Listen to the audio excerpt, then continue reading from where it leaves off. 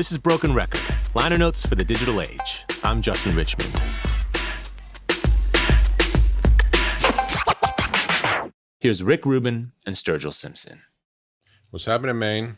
Not much, man. Sunday morning is donut day around these parts, so for the kids, so that's Daddy's day to get up early and go handle breakfast and all that. So, is donuts only on Sundays? Oh yeah, only on Sundays and only for the kids. I don't touch that shit. So, what's your diet like overall?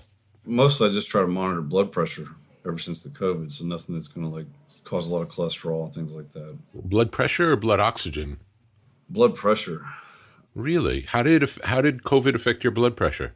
The early onset, everything was just insanely high when I went to the hospital.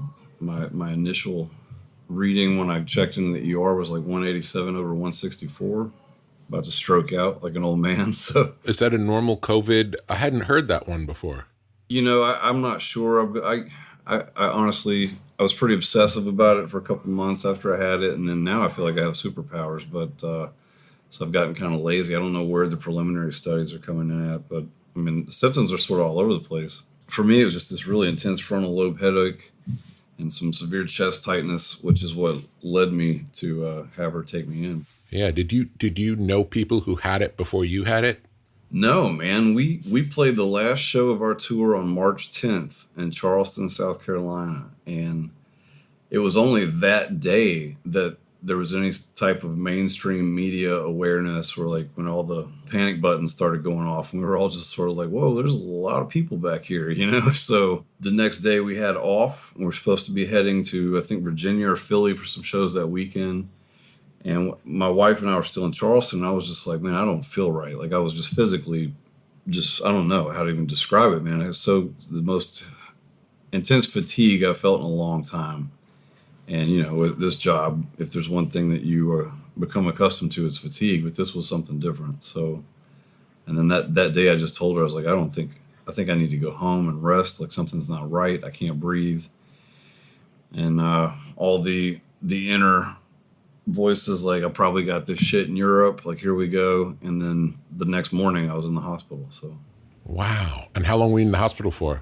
Oh, I was just there for about 6 or 7 hours. They wouldn't even test me. And then the doctor spent about 40 minutes sitting on my bed with his mask off, telling me all the reasons why I couldn't possibly have contracted it. And it was in Europe at that time, and it was so rare, and all the stuff we now know to be completely false. And not to complain, there's a whole lot of people in a hell of a lot worse shape than I was. But so how did you know you had it if they wouldn't test you? Just what they were saying about symptoms, and it felt like I had a ratchet strap going on around my chest, and my wife had been really fatigued and tired too. And that initial onset only lasted for a couple days. Those symptoms all sort of evaporated as fast as they came on, and then I was just really tired for about 2 or 3 weeks. I felt just, took like 2 naps a day, which is very unlike me. What made it better? Because you didn't take any therapeutic drugs? Actually, my booking agent JL brought me a big old cornucopia basket of like holistic medicines and vitamins and a lot of detoxifiants and stuff. I was just drinking tea a lot of water, and plus we live we're pretty secluded. I probably overshot it on the seclusion, to be honest. And so just eating a lot of vegetables and trying to be healthier and going for walks. And then I think it was around March 12th or 13th I was in the hospital, and we didn't actually get tested until the first very, very early April, and they still detected like positive result. So I must have had a really large viral load or exposure, I guess, for it to stick around that long. I don't know. And do you have any do you have asthma or any No, nothing. Allergic to anything? No, my lungs are huge, man. I got like big fat swimmer lungs. So the whole tour, we played 9 or 10 shows, I can't remember, and like something wasn't right. I remember vividly knowing I just couldn't get a real deep inhale on stage, and I've lost like 20 pounds before the tour. I was really making a conscious effort to be healthy, and I was living cleaner. I stopped smoking pot and all that shit, and just every night I was like, what is God, I'm old. Like, this is middle age. It's here now, something's going on. But I guess it was just slowly metabolizing through my system. But you essentially beat it with no Western medicine, you're saying? Yeah, I mean, it's healthy. It was, I mean, it sucked. I've definitely never woken up in my entire life and said I need to go to the emergency room. Yeah. And this was like something's very not right here. Yeah. And then it went away. And then, some friend, like Prime passed away. That was pretty close after. I don't know, man. It's so funny to me that you see all the denial and people just calling it fear mongering or whatever. We're here renting a house on the East Coast, and the guy we were renting from, he got it and was in the hospital for a while, like the handyman, who I would constantly have to ask him to mask up every time he come over in the yard. He would kind of look at me and laugh. He was in the hospital for 2 weeks just recently, so he's not laughing now, but it's some real shit, man. Absolutely. Man, I'm so glad you're over it. It's like I said, now I feel strangely sort of rejuvenated. I haven't felt, probably it's just from being off and having rest for the first time in 8 years, but I feel pretty great right now. Yeah. Tell me about Kentucky. You grew up in Kentucky. Mm-hmm. What's it like growing up there? And again, I'm really asking out of ignorance. I know very little. In some ways, not at all what most people probably think, and in a lot of ways, exactly like that. Kentucky's a weird state. Depending on what corner or region you're in, you might as well be in different worlds. I'm originally from southeastern Kentucky, or the Appalachian region. So, a lot of, we used to be coal mining, strip mining country, bluegrass country. And then my dad he was a state trooper.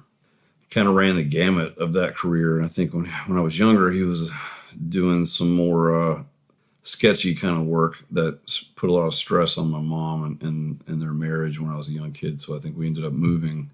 He took a transfer and got out of doing that stuff. And we ended up moving up to central Kentucky, eventually settling in a little town, Versailles. The locals call it Versailles. I remember, it's a good place to grow up, but I do remember always feeling the wanderlust, So I left for boot camp in the Navy, I don't know, a week and a half, 2 weeks after I graduated high school. Just ready to go and get out, Yeah. What was the music in the house that you grew up in like? Oof. In the house I grew up in, my mom listened to a lot of Motown, like Rod Stewart and stuff like that. And then she still had her old 45s when she was a teenager. And then my grandmother she had one of those old, those furniture type record players that had the built-in speakers, and you'd flip the lid and you had to reach down in. And my grandmother just had a ton of old soul music, and that's what she listened to. So those are probably the first records I was exposed to. And then CCR, and I think the first song I learned how to play on guitar was probably Sunshine of Your Love. How old were you then? Probably was second grade. So got my first guitar around second or third grade. And I remember it was like Nickelodeon was really big back then, So I remember I watched the Monkees when I was a little kid on TV. So honestly, those songs, I had all those records, those songs, which we now know were like Nilsson and Neil Diamond tunes.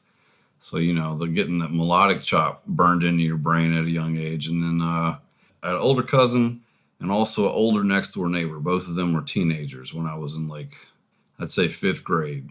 And they both corrupted me pretty good and proper. I mean, I was exposed to Appetite for Destruction, and I don't even know, man, Hendrix and the whole Zeppelin box set. Found it all, probably, I used to say way too young, but now, I responded immediately. So I guess it was right on time, When you were a kid and you'd hear Jimi Hendrix and you'd hear Appetite for Destruction, did it all seem like it was music from the past, or was it clear when something was more current and something was from the more distant past?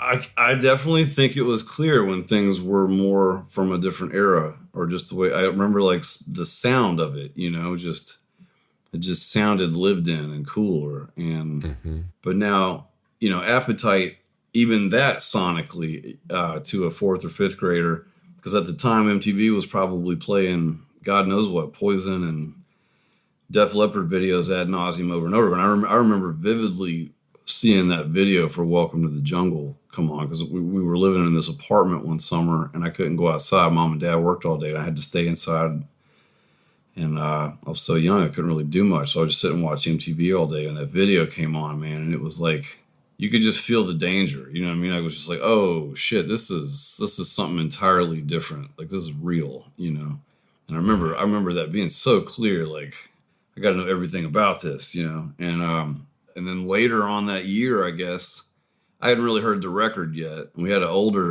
my next door neighbor was this older kid, Michael, and he had a navy blue Chevy Nova, and he like used to run away from home all the time and shit. You know, he's a bad kid, and he was basically Wooderson from Dazed and Confused, and he pulled up one day just cranking that record in his car, and I was outside. I don't even know what I was doing, probably sitting on my butt in the grass, and I heard it, and I was just like, "What is that, man?" And he was such a dick. He was just like, "Fuck, you been a kid in a cave? It's Guns N' Roses, man." And he gave me the cassette tape. Like, he gave me the cassette, and it still had the original artwork in the middle with the robot jumping the fence and all that shit.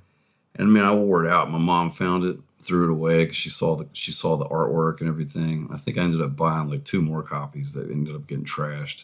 But that record was a huge bomb going off for me. And then, yeah, Cream, Hendrix, and then I had a big Clapton phase for a while. I got real into Clapton and just like reading everything I could find about him. And then that takes you down these holes to, you know, guys like Peter Green and all the John Mayall stuff, which takes you back to the Chicago and Delta. And it was just this rabbit hole, man. I was like a weird 16-year-old into a lot of shit that, you know, was probably nerdy, I guess, looking back on it. Did you have many experiences of your mom taking away stuff and throwing it away? That record and the other one she popped out of the tape deck and tossed out the car window once was Steppenwolf when the Pusher came on. Wow. She was just like, "No, sir." You know, so anything talking about pimping and pushing hoes and selling drugs was probably nothing a mom wants their 9-year-old bump into. And my dad was a state cop too, and he was probably the biggest supporter of it. He bought me my first guitar. And what was your dad's taste in music like? Rock and roll. Yeah. Yeah, he took me to see Van Halen in like 4th or 5th grade, so it was always, you know, he liked to party. Yeah. Do you ever go down rabbit holes of different kinds of music that you haven't listened to before? Absolutely. Yeah, I mean, I think that's important. One year, what year did Blonde come out, that Frank Ocean record? 16, maybe? When Sailor's Guide, I think it was around the same time Sailor's Guide came out. And I wanted to listen to something like so far away from anything that I did or understood. And I heard a song, a friend of mine was listening to that and heard a song. And I was just like, I remember being struck by the production values and the sounds. And I just was like, I have no idea what he's doing or how he made these noises. And it really fascinated me to just stick my head in something that was so different than the tools that we use, you know. And I listened to that record for about a month straight, must have been. But yeah, a lot of hip hop, weirdly. Maybe not, I don't know. One thing I never really got into, I guess, was jazz, other than the basics, you know. Yeah, I predict you will. Maybe. It's coming. Yeah, hillbilly jazz, but... Let's talk about bluegrass a little bit in general. I know almost nothing about it. Tell me what do you know about bluegrass? You could start from the beginning. Well, okay, I got out of the Navy. I know more now. I've forgotten a lot. In my 20s, I was obsessed. Like, scoured the earth kind of shit. And when I was younger, my grandfather, I wrote this little letter I sent out with the record. My paternal grandfather was obsessed with it. That's all he thought about. He spent his entire later years going to festivals, and that's all he listened to the point it would drive my mom crazy. And he would always try to push it on me, you know, even like at a real young age. But my palate wasn't ready, man, because it's very complex music, you know. It was always recorded, or would you see people play it live? Mostly field recordings, and then he took me to a festival one year out at the Horse Park, and it was like that. I do remember vividly feeling like I was watching magic, because these guys were like dancing around the mic. It was old school, you know. It was still early 80s. And then in Jackson, where I'm from, every Labor Day they have a festival in the city called the Honey Festival. And on Friday nights, I think, they'd have rock bands, and on Saturday night it was bluegrass. And all the old timers, I mean, dude, it was like something right out of a time warp. These guys would come down from the hollers and the hills, like in their starched shirts and overalls, and dance to this shit. And it was like probably the last of that stuff, you know, time capsule kind of thing. But those images are burned into my head. And so that was really the early exposure. But then it wasn't until I got out of the military, I'd gotten off some pretty heavy drugs. I was kind of floating pretty hard for about a year, and I got home and I was clean. I was just like dealing with all that, like the shame spiral and everything, and like trying to figure out my mom had remarried. Everything was just uplifted. You went into the military just to escape home, basically? Well, yeah, escape home. And also I kind of got in some trouble. I got really lucky, but I got in some trouble my senior year of high school, just doing shit I shouldn't have been. And it was sort of like a wake-up call. What was the experience, your service experience like? Well, it was peacetime for starters. And I was stationed overseas for majority of it in Asia, Southeast Asia, and we'd go a lot of places I would have never seen otherwise, and that turned into some songs later on in life, thankfully. But you know, a lot of experiences that were eye-opening, a lot of experiences that were probably things I could have done without, things I wish I hadn't seen, older dudes I wish I hadn't been exposed to, you know, sailors and life that comes with that. And it's hard to wash a lot of that shit off, man. But then mostly a lot of drinking and partying, to be honest with you, and a lot of girls, that kind of thing. Like what you do when you're stuck in this like tyrannical, oppressive environment with lots of sharp corners and gray paint. You know what I mean? Like as an artist, it was like, what the fuck have I done? You know, and you're stuck. We'd go out to sea sometimes like 90, 108 days. You know, so like it's basically prison. I mean, you're basically in prison eating better food, maybe. I don't know. So I got out and I was ready to not be that anymore. And I went a little too buck wild. How long were you in for? Long enough, about 3 years. Yeah. And like I said, I just sort of burned it at both ends. And I came home and I was really lost, man. I was really lost and probably severely depressed, and serotonin levels were still finding their way home and that kind of shit. And I was driving down the road one day and I heard it was a Monroe Brothers song, and I'm trying to remember what the song was. It wasn't something as easy as, it was like a deep cut, probably Long Journey Home or something, man. And I had to pull the truck over. I was just like, the tears it slammed me in the chest. Everything, like whatever it was, there was an extremely visceral connection and an emotional reaction to that music. And then for the next, I'd say 7 or 8 years, I don't give a fuck about anything else. Was it in the song itself, or were you reconnecting to something from childhood by hearing it? It was the inflection of their voices. It was the lyric, the underlying, like, dare I say, religious themes, but like pain and lament and sorrow. But mostly, man, it was just the voices and the music and the notes. It took me back to like just childhood memories and like funerals and these things that you can't really put a finger on. But I knew like this is where I'm from. Let's talk about the Sailors album a little bit. It's very different than what came before. How does it happen? I mean, that one, I think more than any record I've made, I probably heard in my head in terms of the blueprint before we went in, what I wanted to do and what I wanted to incorporate. I was listening to a lot of Marvin Gaye, a lot of Memphis Elvis stuff at the time, and wanted to, you know, Metamodern was just me and the 3 other guys in the room. Once we set the mics up and hit record, we didn't really move or change anything. It wasn't, so the songs had all kind of been carved out live on the road in this 3-month tour prior to us going in and banging that record out. And so I knew I didn't want to do something that stripped down and raw again, for starters. And then 2, it was my first label record. And the only reason I really signed with the label was for a larger recording budget. So I was like, well, you know, I don't really want to make a $10,000 album because that's not what we're doing here. So, and you have that toolbox now available and opened up to you. And I just kind of went all in on it, man. And wanted to make this really lush and cinematic sort of soundscape to accompany the story of the album. And some of it was notes. Some like I told you, man, I had like probably 5 songs. And then we got in the studio and I had like little pieces and things that there was nothing for me to like play for the band so they could chart out form and sit there and do the things. So it was kind of like nobody really knew what was happening but me, much to Ferg's dismay some days. And but it all came together pretty fast. I think 4 or 5 days maybe. And so you did the basic tracks with the band and then all of the orchestration happened after? Yeah, we overdubbed the strings and the horns later. Yeah, but those were in your original vision for the songs. Those were always there.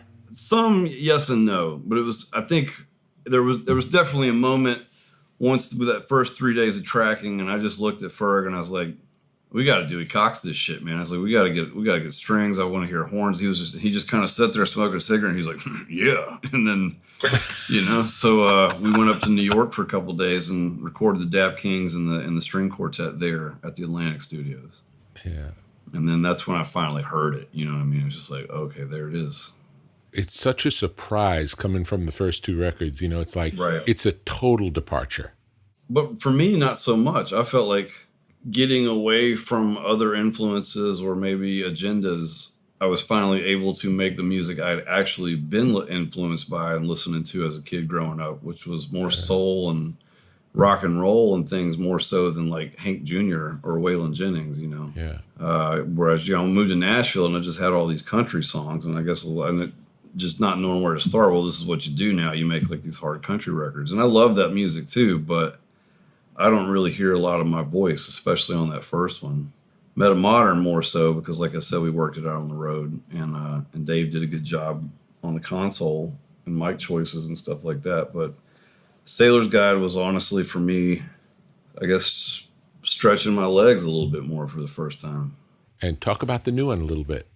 The Grass there was zero planning on that one. That was definitely, okay, well, I've always wanted to make a bluegrass record. Now I have the time. I'm not going on tour anytime in the next 2 or 3 years. So I was feeling better. I think I was mostly just excited that I was finally feeling good by early June. And I called Ferg up and I was like, man, I've always wanted to do this. We did this big fundraiser thing online because I've been on Instagram for maybe a month or two, and then just everything hit the fan.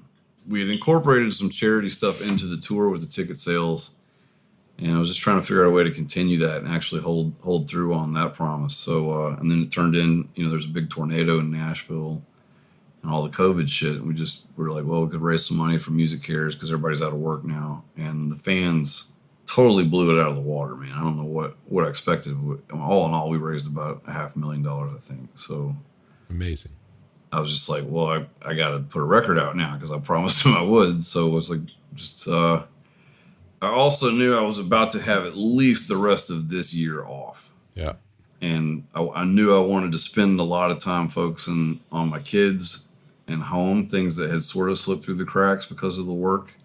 And I didn't want to sit around the next 6 months thinking about what that next thing would be. So I just said, fuck it, let's just do the next thing now and get it in the can. And then I'm glad I did it because now I've just been fishing and changing diapers for the last couple months while we were set up putting this thing out. It's great though.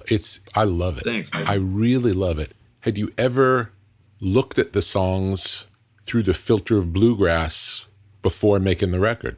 I mean, yeah, they were all written on a D28. Probably sung and played a little too fast just because that's where I have a tendency to push things a little bit ahead, like most bluegrass pickers. And so when you make country records, you basically just slow everything down. I could put some form changes here and there to make it stretch out and phrases. But they were all, no bullshit, man. I'd say 80% of them were written as bluegrass songs than anything. So these renditions of the songs are closer to how they were originally written. Yeah.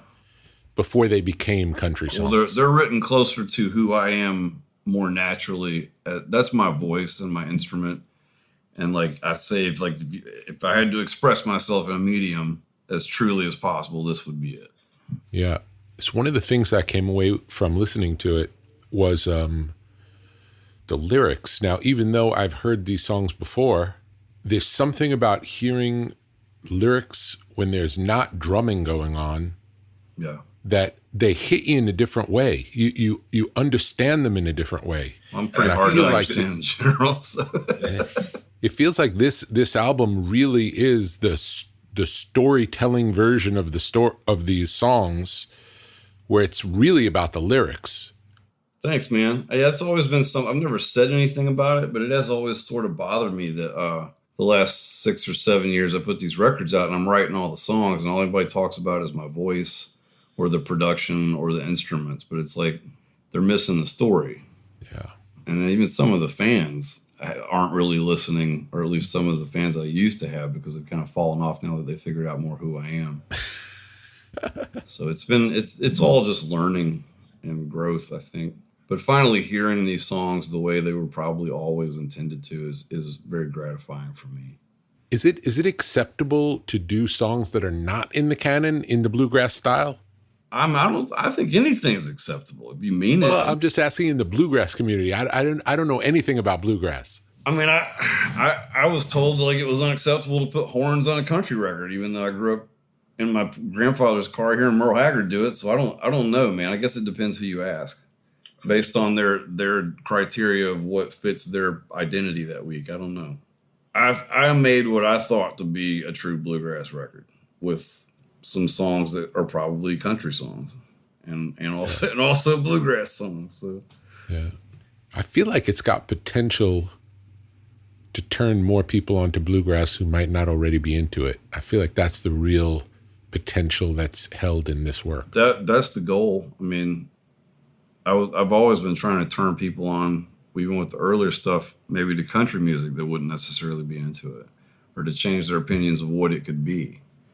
And then it's been this is weird to say, but having that word, that C word, attached to my name as an artist has probably been more of a detriment to me in my career in terms of reaching my actual fan base than anything, because so many people that don't listen to country music, they only know it by what they've been told the last 25 years to believe it is, from watching award shows on TV and stuff, or, I have no desire to sit here and talk shit about any of that crap anymore, but it just is what it is, Yeah. So then you have to sort of point out, it can also be this, I don't know if artists would ever really give any of this stuff thought if they didn't have to sit down and answer questions when it was time to put records out about it, I think sometimes it's interesting to think about, though. Like, I feel like we find clarity through discussion. We think about things we wouldn't normally think about. And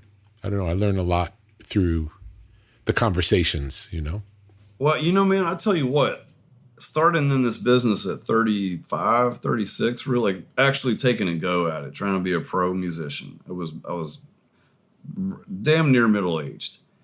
Unlike, I'd say 95 or even more percent of the people that start out at 18 or 19, and this is all they ever know, And I was so hell-bent at first on, like, I'd finally found something in my life to be ambitious about, because we had a child on the way, and I knew, like, I have to make this work. This has to happen. It has to succeed. I got to take care of my family. I want to have something I can look back on and know that, like, I didn't compromise whatsoever. And it's like I did this the right way. And it was very important to me, and it still is. And then somewhere along the lines, you get on the train, and it's hard. I've always said it's hard to tell how fast the train's going when you're on it. And next thing you know, you think, well, like, you get sucked in or, like, manipulated. The music industry has a really scientifically applied methodology about making artists feel like if they don't keep treading water, they're going to drown, because everybody's got to keep generating their paychecks. You know what I mean? And if something's working, you want it to keep working, so you just keep throwing fuel on the fire. And then next thing you know, you wake up and you're just completely burnt out, and you're like, how did this happen? Who was taking care of me to keep this from happening? And I realized that nobody was putting more pressure on me than I was. Yeah. And I tell you two things. There was two very distinct incidences that were wake-up calls for me and very touchstone reminders. The first one was when I went to Merle Haggard's house for the very first time ever. And I think Merle only won one Grammy in his career. And when you walked into the house, it was sitting on the floor, used as a door stopper to hold the screen door open, just scratched and beat all to hell. And I was like, got it. You know what I mean? Yeah. And the second one was when we came out to LA to go to the awards, and when he brought me to visit and meet you for the first time. And Really? We were hanging out. We were there in the room that you're sitting in right now. And he asked you got any records up for anything this year, Rick? And you said, I don't know. And I knew you weren't bullshitting. And I was like, that's it. That's it. Just make art. Fuck the rest, And I've been trying to, like, commit and live in that headspace ever since, man. and just block out all the trivialness and the hegemony of the system that makes us think we all have to end up on these lists every year, like standing at a podium giving little speeches, because it doesn't have shit to do with anything about like connecting with human beings and making music. Yeah. There's so many distractions that can really get in the way, and putting the blinders on and focusing on making something that you love. That's all it's about. If you love it, it doesn't matter if anyone else likes it. And if you love it, there's a better chance someone else might like it because at least one person cares about it, you. Yeah. Or it wasn't for that person. Which is fine. But there's 2 or 3 other people out there that maybe everything I've done before wasn't for them, but this thing saved their fucking life. You know, I don't know. It's hard to describe. Yeah. How much do you take into consideration the audience in the making process when you're writing and when you're recording? Is it okay to say 0? Absolutely. That's the right answer. In the studio, I'm not thinking about how's this going to translate live. That's all. That's like a problem to worry about later, you know? Yeah. It's really just, does it feel right? Does it sound right? Could this be better? Or is this gross enough? I don't know. Like, these are thoughts that I have more so that are people going to like this. I think if you start thinking like that, you're going to make some shitty records. For sure. Absolutely. That's why I asked the question. And there are so many artists who really do pollute their process thinking about the audience, and it really just undermines the whole enterprise. Oh, and you can hear that if like, people just keep making the same records over and over. Then what are you really chasing or serving? I guess. But the Bluegrass thing, honestly, this probably came more of what I was listening to. I mean, before we cut this, I love Van Morrison. Him and Marvin are probably my 2 favorite singers, and I think I love Van Morrison even more because a lot of times it's hard for me to understand what he's saying, and that's a complaint that I get about my voice a lot. It's like the enunciation becomes far less important than the emotion behind the note. You know what I mean? And like you can just feel him squeezing, and it's coming from all these different places as opposed to just like, I am articulating now, you know what I mean? But listening to a lot of his stuff, I feel like with the Bluegrass record, I feel more in tune to that kind of thing right now. Maybe more of like a hillbilly Astral Week sort of. That would be like my dream record to make. Sounds pretty good. It's one I'd like to hear. Yeah, man. It's weird because I wasn't on social media at all until this year, and I don't want to be like definitely have no desire in like hiding behind a public persona or some crafted image to sell records. So I don't know how to, maybe it's detrimental at times. So I do engage with people, even though people say not to. I mean, the fans are coming, they want to connect and know you. And I've realized that platform is invaluable in the case you ever really wanted to represent yourself, as opposed to having to go through the filter of the press or, a press release and hope that the narrative is what you intended it to be. Whereas opposed now, like I got a mic and a light and a computer. I can get online and say whatever I want, however I want to say it, and it can't be twisted. Yeah. So I think I'll always keep it for that, if no other reason. But also like just seeing the love from people, man, and really seeing the difference that music makes in people's lives, especially through shit like what's happening right now. It's been really motivating for me in a way. And sometimes the haters are the funnest part. Like, if you read that shit, after a while, it truly doesn't mean anything ananymore. And I told my wife, like this summer, I would get on there and blast them back for like 10 minutes, 15 minutes every day with my coffee. And I told her, like, this is kind of like my yoga now. Like I do that and then I don't look at it and I can go walk out in the woods and I just feel amazing, So it's, and eventually they go away. It's so funny. The social dynamic of it all, as if life isn't complex enough, it just fascinates me. Something last week, she pointed out that like the record was number 1 on iTunes. My wife told me that. She was like, yeah, it's between you and Luna, this K-pop band. I was like, that's insane. It's like the Bluegrass record and the K-pop record. And I made a post about the absurdity of that. And of course there was like, you can't control it. It's like, you seen Ghostbusters 2? No? Okay, I'll spare you. Anyway, there's a river of slime, and when you talk mean to it, it bubbles up. When I think, well, that's the internet, And of course, so like some slime bubbles started popping up, and it was teetering in some cases towards some xenophobia. And I was just like, oh shit, like what did I do? You know, I feel responsible. You can't control, you create this ripple, and then it turns into this other thing, and it's out of your hands. So then all the Luna fans started coming at me on Twitter, man. And it was like, holy shit, this is amazing to watch in a way. And then I listened to the record, and I was like, man, I kind of dig Luna. This is actually pretty bumping. So I just said, like, look, guys, you need to motivate. You know, these girls deserve more love and respect. And like, if you want them at number one, you need to get off your ass and do the work. You know, That's fantastic. yeah. It's like, where's my T-shirt? I'm here for it. Orbit all the way. And it turned into a really beautiful thing in the end. You said when you came back from the Navy, you were depressed. How would you say your moods tend to run in general? Like, what's your... Oh, bro. I'm a Gemini, pretty mercurial. I can either be the nicest, most giving, kindest human being on the planet, or like I can definitely, I'm aware, like especially in the zone if I'm working. Is it like that you're focused to the point of where niceties... No, man, it's environmental. I had a real tumultuous childhood. There was some trauma there. And then between like just experience the military and then working railroad, I was never in these nurturing environments. You know what I mean? I was always in like shit needs to be done now world. And I don't have time for your fucking feelings. So coming into this world at 35 and learning like, oh, these are artists and sensitive people. Like I'm also a very sensitive dude, you know, I'm a very emotional dude. And we're all vulnerable. We all have like giant egos and the insecurity that comes with that. And learning how to be a better leader or just to empathize with people who, although you need them to do the job, like they also have lives outside of that. And even people that have worked for me, like I have very clear expectations, you know, especially when you're paying people money.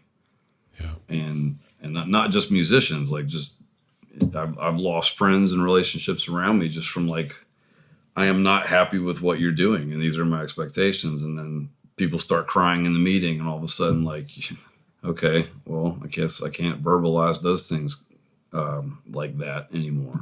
And these have been very, very important lessons for me, like to know everything is not a train that's 45 minutes late.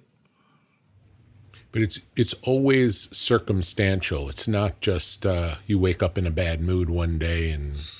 Nah, man, I probably got some shit going. You know, me and Kanye got the same birthday. I'm just gonna leave it at that. You know, Okay.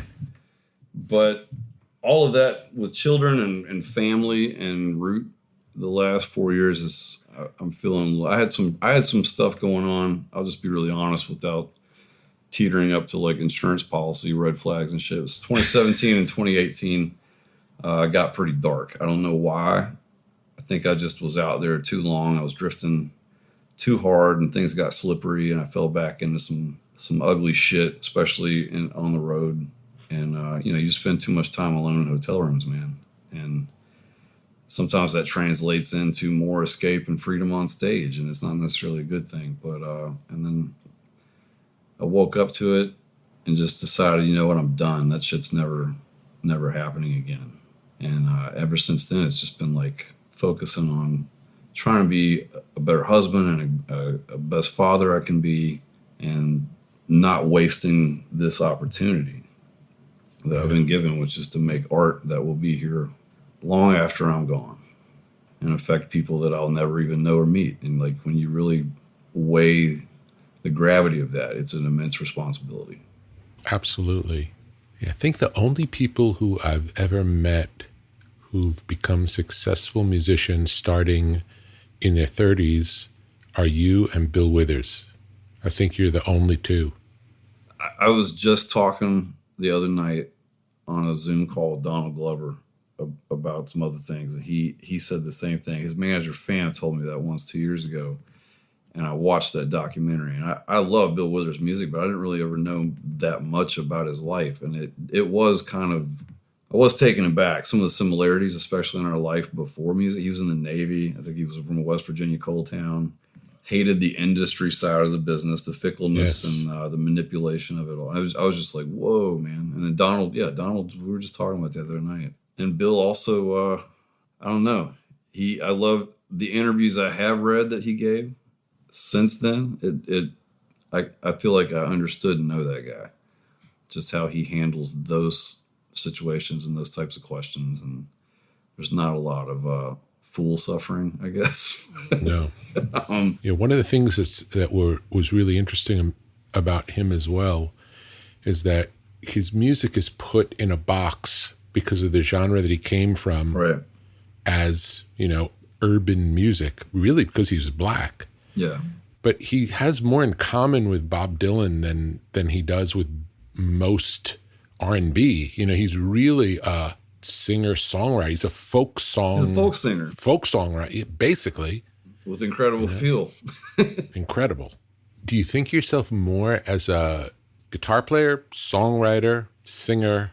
Like, does the music come first, or is it what you're saying? It just depends, man.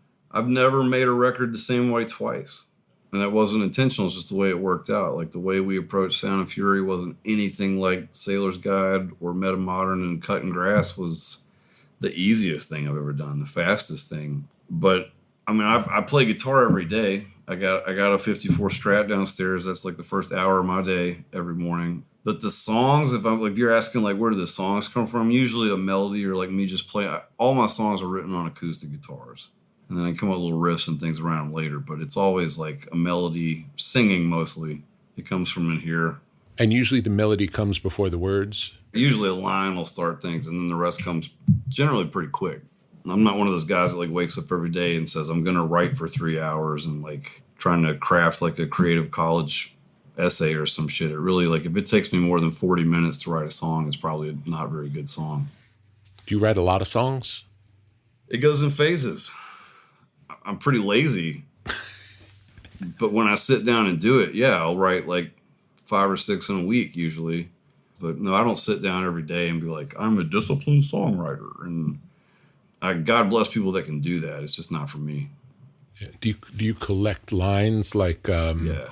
over the course of your life, if you overhear a phrase or an idea for a song? Yeah, a lot of scribbled napkins, a lot of like notes in your phone where like you'll write a line and then 6 months later that ends up being the first thing in a chorus or something. Or I hear a lot of songs come from hearing things, just observation. You'll hear people talking or pick something up, and it's underlying meanings or turning things that weren't meant to be metaphors into them. Just play on words kind of stuff fascinates me more than anything, I guess. Have you ever written a song without having an instrument in your hand? Like, has it ever come? For sure. At work, I find I don't have a job anymore, but when I worked at the railroad or when I was in the Navy, just like purpose and daily monotonous purpose, like a lot of songs and music and melody can come out of that, man. Like, Yeah. Without being conscious of it. A lot of music comes to me like that when I'm not sitting down to write music. I wrote Turtles in the shower. Pretty much that whole entire first 2 verses just like came to me in the shower one morning, and I literally almost killed myself getting out of the shower to write it all down. Yeah. What was it like working for the railroad? Actually, I loved it, man. What was the job? What was your job? I started as a switchman on a switching yard as like this intermodal operator, the Union Pacific yard, and then you kind of go through, you work up like things. The engineer would drive the trains. Our main job, it was like a main artery center for the entire western region of the United States. We'd have trains coming literally in an X from all corners of the United States. They'd pull in, and we'd have to tear them apart, put other cars on them, slough them off, build other trains, and then get them crewed and out the gate on time and that kind of thing. So it was like heavy dude shit, Definitely saw train wrecks and, big boy pants type stuff. And I became a yard master for a while, which is like you're in this pickup truck with 18 radios and you're kind of coordinating all the movements of everything. And then they had a nighttime assistant manager position come open, and I decided more money, let's do it. Did that. And then I just by chance, about a year later, the main operations manager took a transfer, and they offered me the office and like running the operations of the yard, and I took it, and that's where I fucked up, or I'd probably still be there. I just, with the conference calls and all that, getting literally screamed at by dudes I'll never meet in my life because the train came in 2 minutes late and left 3 minutes early instead of picking up an hour, and I think I hit vapor lock in a way, just like, wow, this is not who I am. So I started playing and writing for the first time in about 4 years at night. And my wife, we weren't married at the time, and she was just like, she just set me down one night, she's like, look, I know you're miserable. This is creating tension with you and me. This is what you should be doing. Whether anything comes of it or not, this is who you are, Yeah. Beautiful. And that was it. And we, I think 2-3 months later, we had sold everything we couldn't fit in the Bronco and drove to Nashville. Wow. And that Incredible. was 2000, the end of 2010, I believe. And it's interesting, if it wasn't for that change in jobs, like you say, like Right. you worked your way up the ladder to Yeah. the point of where it didn't suit you anymore. And luckily we get your music now. Yeah, but, before I took the management gig, man, I was out on the yard like 12 hours a day. And it was we'd work 3 days, have 3 days off, work 4, have 4 off. And Salt Lake City's beautiful, man. It's kind of a well-kept secret. The yard was out in the west part of the valley in the desert. So, like, my office was looking at the Okra Mountain Range, and over here's the western face of the Rockies, and there's 300 days of sunshine. And I very well possibly might still be there if all of that hadn't gone the way it did, which is a strange thing to think about. Yeah, it's amazing how so much of this is out of our control, Yeah. Control is an interesting concept. Letting go of that, I think, has been the greatest lesson for me. But also that job taught me a lot that most musicians probably don't know, like logistics and overhead and keeping numbers in the black. So, like, even the people around me, I keep a pretty tight grip on my business. And I'm thankful for that, because I see how easy it would be for a lot of artists just be copacetic and complacent, and then you wake up and you're like, why am I broke? So that's something in terms of dealing with the mechanics, and especially with record labels. And then I self-managed myself for about 3 years. So I learned more about the business than I probably want to know, just out of sheer necessity. I would sit on lawyers, I'd make them explain things to me, and like really the back channels of how it all unfortunately works. And that's been good. And it's in terms of like working with my friends, people like Tyler and Margot, I've been able to hopefully give them some pretty valuable advice to keep them from making even some of the mistakes that I made, knowing what I know, Yeah. And I think it's just finding a new path in what is ultimately a wild, wild west again. And there's a real opportunity for artists to put a lot of the power back in their own hands. Yeah. Any recommendations you have for artists in general? Don't sign anything. There's no such thing as a good record deal, even if you got a great one. It's essentially a bad loan from a really shitty bank. And in this day and age, if you got work ethic and hustle, and you're not afraid to go out and do the laps, and by that I mean go out and build a fan base, as opposed to going to an industry town and waiting for a bunch of suits to make it happen for you, because that ain't going to happen. They're not taking gambles anymore.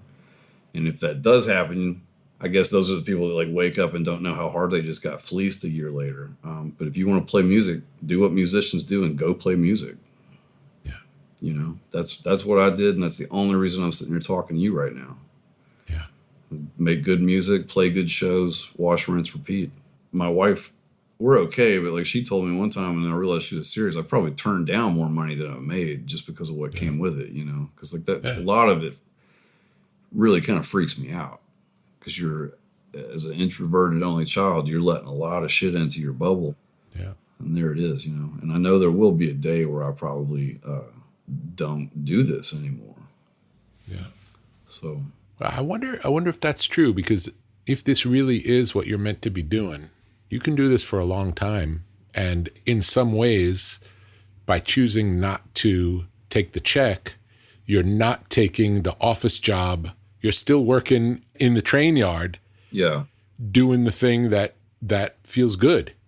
Yeah, I think for me, I love the studio, I love creating, and I love playing live when I want to. Yeah.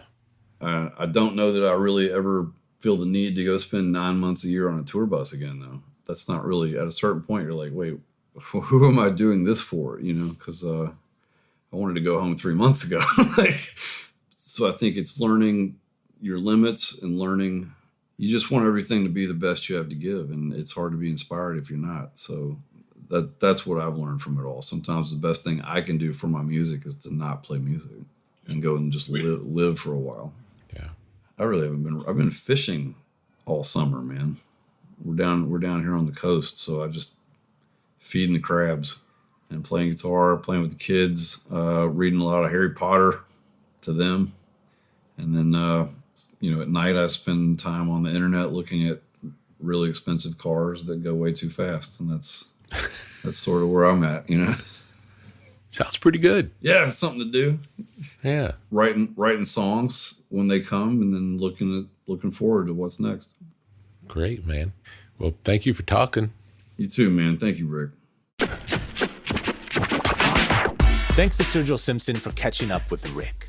You can hear all of our favorite Sturgill songs on a playlist at brokenrecordpodcast.com. And be sure to subscribe to our YouTube channel at youtube.com/brokenrecordpodcast. There you can find extended cuts of new and old episodes. Broken Record is produced with help from Leah Rose, Jason Gambrell, Martin Gonzalez, Eric Sandler, and is executive produced by Mia Lobel. Broken Record is a production of Pushkin Industries, and if you like our show, please remember to share, rate, and review us on your podcast app. Our theme music's by Kenny Beats. I'm Justin Richmond. Peace.